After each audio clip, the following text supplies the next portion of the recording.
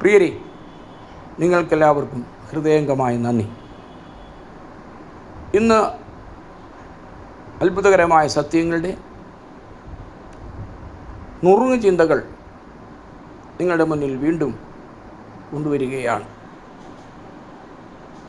ഇന്ന് നമ്മുടെ ചിന്തയ്ക്ക് ആധാരമായിരിക്കുന്നത് ഏദൻ തോട്ടത്തിൽ ദൈവം നട്ടുവളർത്തിയിരുന്ന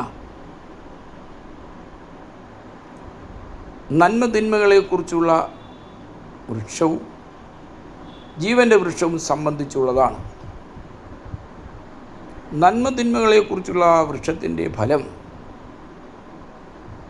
ഏദനിലെ ഒരു ഒറ്റമൂലിയായിരുന്നു എന്ന് ഒറ്റവാക്കിൽ ഞാൻ പറയുകയാണ്.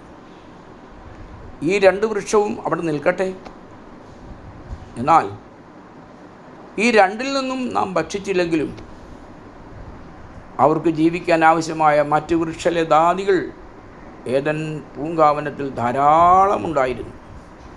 ആപ്പിളും പൈനാപ്പിളും ചെറിയും ഗൂസ്ബെറിയും ആപ്പിൾ വൃക്ഷവും ഏവം ദൃഷ്ടിക്ക് രമ്യങ്ങളും ഭക്ഷ്യതങ്ങളുമായ വൃക്ഷകുൽമാദികളാൽ അക്ഷയമായ കാന്തി വിലസുന്ന ആരാമത്തിൽ അവരെ ഇഷ്ടം പോലെ അതൊക്കെ ഭക്ഷിച്ചു.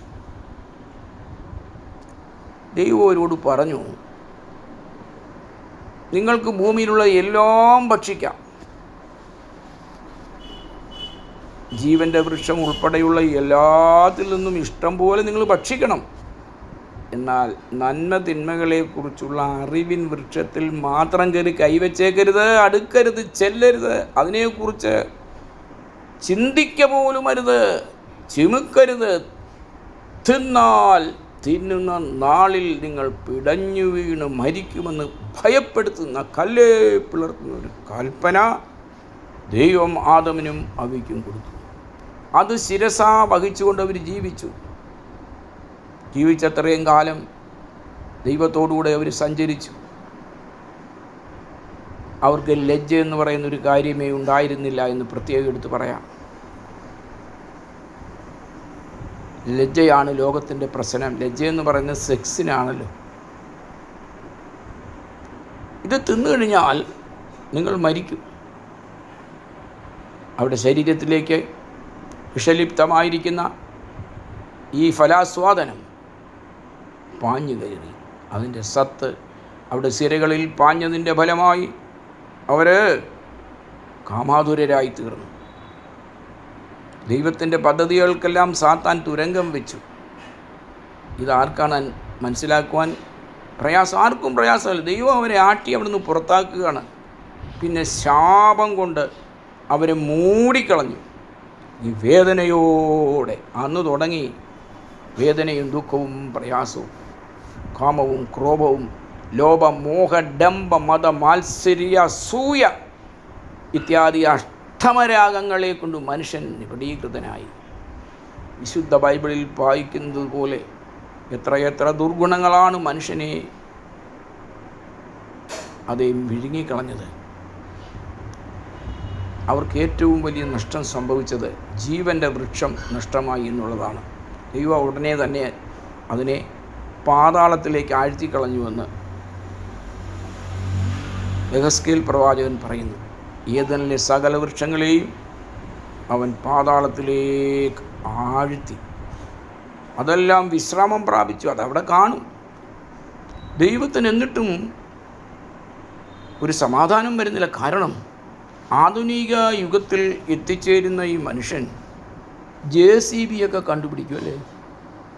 ആർട്ടിഫിഷ്യൽ ഇൻ്റലിജൻസിൻ്റെ സഹായത്തോടെ അവൻ വലിയ ആയുധങ്ങളെല്ലാം ഉണ്ടാക്കിക്കൊണ്ടുവന്ന് പാതാളത്തിൽ ചെന്ന് ഇതിനെ മാന്തിയെങ്ങാനും എടുക്കുമോ? ഏതായാലും ദൈവം അങ്ങോട്ടെങ്ങും അടുക്കാതെ വണ്ണം ഏദൻ തോട്ടത്തിൻ്റെ വാതിലിൻ്റെ പടിയടച്ച് പിണ്ണം വെച്ചിട്ട് ചുറ്റിത്തിരിയുന്ന വാളിൻ്റെ ജ്വാലയുമായി ദൂതന്മാരെ അവിടെ കാവൽ നിർത്തി. ഭയവിഹുലമായൊരു അന്തരീക്ഷം ഏദൻ പൂങ്കാവനത്തിൽ സൃഷ്ടിച്ചു. പിന്നീടുണ്ടായ സംഭവങ്ങളാണ് ബൈബിൾ ചരിത്രം നാം മനസ്സിലാക്കി പഠിക്കുമ്പോൾ കാണുന്നത്. മനുഷ്യൻ ഈ വിധം അധപ്പതിച്ചു പോയി. അവൻ്റെ പർദീസ നഷ്ടപ്പെട്ടു. അവനെ അവിടുന്ന് പുറത്തിറക്കി. എന്നാൽ സ്നേഹവാരിധിയായ ദൈവം തമ്പുരാൻ വീണ്ടും ഭൂമിയിൽ ഇറങ്ങി വന്ന് അവനെ രക്ഷിപ്പാനായി സ്വയമേ ഏൽപ്പിക്കുന്നതാണ് ഏദൻ പൂങ്കാവനത്തിൽ നടന്ന ആദ്യ യാഗം. ലോകസ്ഥാപനം മുതൽ അറുക്കപ്പെട്ട കുഞ്ഞാടവനാണ് എന്ന് നമ്മൾ വായിക്കുന്നു. വാളയിടയൻ്റെ നേരെയും ദൈവകോപത്തിൻ്റെ വാളിന് വിളിക്കുകയാണ് പ്രവാചകൻ. വാളയിടയൻ്റെ നേരെയും കൂട്ടാളിയായ പുരുഷൻ്റെ നേരെയും കൂട്ടാളി നമ്മുടെ കർത്താവായ യേശുക്രിസ്തു. ഇടയനെ വെട്ടി ആടുകൾ ചിതറിപ്പോയി എന്ന് വായിക്കുന്നു. മനുഷ്യവർഗം ഏറ്റേക്കേണ്ട ദുരിതത്തിൻ്റെ അനന്തര തിക്തഫലങ്ങളെല്ലാം യേശു കാൽവറിയിൽ പിടഞ്ഞു മരിച്ചപ്പോൾ അതിൻ്റെ വേദനയുടെ കാഠിന്യത്തിലൂടെ നാം മനസ്സിലാക്കുന്നു. ഇനി കർത്താവായ യേശു ക്രിസ്തുവിനെ രക്ഷകനും നാഥനുമായി സ്വീകരിക്കണം നമ്മൾ. Paradise, we have to regain paradise. അതിനെ തിരിച്ച് തരാനാണ് കർത്താവ് വന്നത്. അതാണ് നമ്മുടെ ലക്ഷ്യമായിരിക്കേണ്ടത്. ക്രിസ്തുവാകുന്ന സിദ്ധ ഔഷധ സേവയുടെ വിടർത്ത പക്ഷങ്ങളിന്മേൽ വീണ്ടും നിത്യതയെ ലക്ഷ്യമാക്കി ക്ഷിപ്രം കുതിക്കുവാൻ നമുക്ക് സാധിക്കണം. നമ്മുടെ ദൈവത്തിൻ്റെ വചനം മാർമികമായ സത്യങ്ങളെ നമ്മൾക്ക് പകർന്നു തരുന്നതാണ്. അതാശയോടും ആവേശത്തോടും ആർത്തിയോടും കൂടെ ഭക്ഷിച്ച് ജീവിതത്തിൽ പ്യൂരിറ്റി നാം സമ്പാദിക്കണം. Purity is the condition. എങ്കിൽ മാത്രമേ സ്വർഗത്തിലേക്ക് നമുക്ക് പ്രവേശനം ലഭിക്കുകയുള്ളൂ. ബൈബിൾ പഠനമെന്ന് പറയുന്നത് വലിയ രസകരമാണ്. പക്ഷെ നമ്മൾ മനസ്സിലാക്കി വെച്ചിരിക്കുന്നതൊക്കെ തലതിരിച്ചാണെന്നേ ഉള്ളൂ. ഉൽപ്പത്തി പുസ്തകം മുതലേ സാത്താൻ നമ്മളെ വഞ്ചിച്ചു. ദൈവപ്രതിമയായ ക്രിസ്തുവിൻ്റെ തേജസ്സുള്ള സുവിശേഷത്തിൻ്റെ പ്രകാശനം ശോഭിക്കാതിരിപ്പാൻ അവൻ മനുഷ്യരുടെ ഹൃദയങ്ങളെ കുരുടാക്കിയത് വായിക്കുന്നു. എന്നാൽ അങ്ങനെയല്ല. ഇനി മുതൽ സത്യത്തിൻ്റെ നുറുങ്ങുകൾ, വലിയ സത്യങ്ങൾ തിരുവഴുത്തിൽ നമുക്ക് ഗ്രഹിക്കാൻ ദൈവ ആത്മാവ് സഹായിക്കട്ടെ എന്ന് പ്രാർത്ഥിച്ചുകൊണ്ട് പ്രാർത്ഥനയോടെ ഞാനിപ്പോൾ നിർത്തുന്നു. ഒരു വാക്ക് പ്രാർത്ഥിക്കാം. എന്നെ കേൾക്കുന്ന എല്ലാ പ്രിയപ്പെട്ടവർക്ക് വേണ്ടി ഞാൻ പ്രാർത്ഥിക്കുന്നു. കർത്താവേ, ദൈവമേ, തിരുവചനത്തിലെ മർമ്മങ്ങൾ, വേദപുസ്തകത്തിലെ ഒരു ഒറ്റമൂലിയായി യേശുവിടെ വന്നു. ഏദൻ പൂങ്കാവനത്തിൽ ജീവൻ്റെ വൃക്ഷമായി ഞങ്ങളെ സംരക്ഷിച്ചിരുന്ന ദൈവത്തിൻ്റെ കൃപ വീണ്ടും ഞങ്ങളെ തേടി ഭൂമിയിൽ വന്നു. എന്നെ തിന്നുന്നവൻ എൻ മൂലം ജീവിക്കുമെന്നുള്ള പ്രഖ്യാപനത്തോടുകൂടി കർത്താവിടെ നിന്ന് മടങ്ങിപ്പോയി. കർത്താവിനെ ഭക്ഷിക്കുവാൻ ഞങ്ങളെ സഹായിക്കണം.